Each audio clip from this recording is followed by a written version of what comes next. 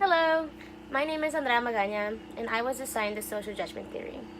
In short, the social judgment theory is perception and evaluation of an idea by comparing it with current attitudes. The social judgment theory is composed of three different latitudes: the latitude of acceptance, the latitude of rejection, and the latitude of non-commitment. The latitude of acceptance is the range of ideas one has that they deem reasonable or enough to be thought about. The latitude of rejection is the range of ideas that one does not seem worthy of their time to think or listen about. And lastly, the latitude of non-commitment is the middle ground of these two latitudes where they are not accepted nor excluded. Persuasion takes place in someone's latitude of acceptance. Therefore, the closer the statement that was said is to their anchor, the higher the probability that it will be accepted. However, if your statement is farther from the person's anchor, it will be much more difficult to persuade them. So, how does this play out in real life? Any opinion or stance that is said, a person automatically makes a decision without consciously knowing, depending on how they already feel about it or pre-existing ideas or notions. A personal example where I have experienced social judgment theory is when the program of deferred action for childhood arrivals was appealed by President Donald Trump. DACA was an executive order during the Obama administration that granted immigrants such as myself who enter the United States before the age of 12 to work and stay legally in the United States for 2 years. During early spring of last year, Donald Trump rescinded the program, which caused a lot of mixed emotions in my community. For many dreamers such as myself, we were lost, confused, and frantically worrying about what was next for us. But this program I had, and any argument coinciding with it, I took very personally, since it became my own gateway to working, being able to pay for my schooling, and overall just feel safe whenever I went out.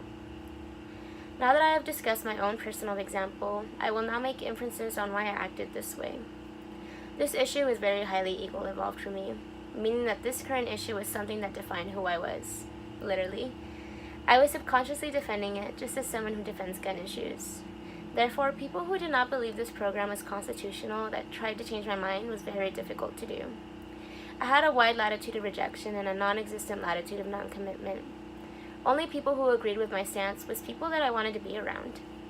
What I have learned from this experience is that even if something is very important to me, it is still wise to listen to the other party and the points they want to say. Although I may not agree with what they have to say, this opens up a conversation to be had where I have the ability to teach others and make my voice heard. Speaking about this topic is sometimes difficult for me to do because it is a sensitive topic that makes me sweat and I can at times jumble up my words and my message is not as clear. But now, being aware that a theory explains why it makes me so passionate in the first place about certain topics, it puts me much more at ease. Other ways that the social judgment theory can be applied to other situations is when people talk about gentrified neighborhoods. I think of this example because it all depends on the person's neighborhood upbringing, loyalty to the community, their own income and tastes, and etc. In bigger cities such as San Antonio, the lower income community has become much more susceptible to gentrification, where they replace mom and pop shops and begin to place more hip and trendy places to best fit middle income communities, moving into lower value homes and making the area overall more fit to their standards. The way social judgment theory fits into this, depending on your background and personal beliefs, you either see gentrification as a benefit to you and the city, or you perceive it in a negative light. People who come from middle-income communities that see opportunity in a rundown place can have a wide latitude of acceptance, since it best fits their standards of living. However, someone who is already living here can have a bigger latitude of rejection since they are being moved out due to higher price of living.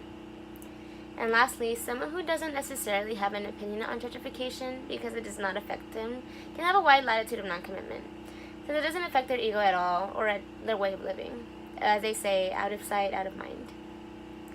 In conclusion, by learning about the social judgment theory, one can see their stance on different opinions and understand why others act the way that they do.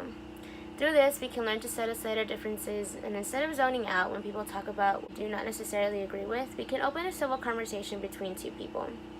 In the end, we all come from different backgrounds and stories, and it is better to get to know others before immediately judging their opinions.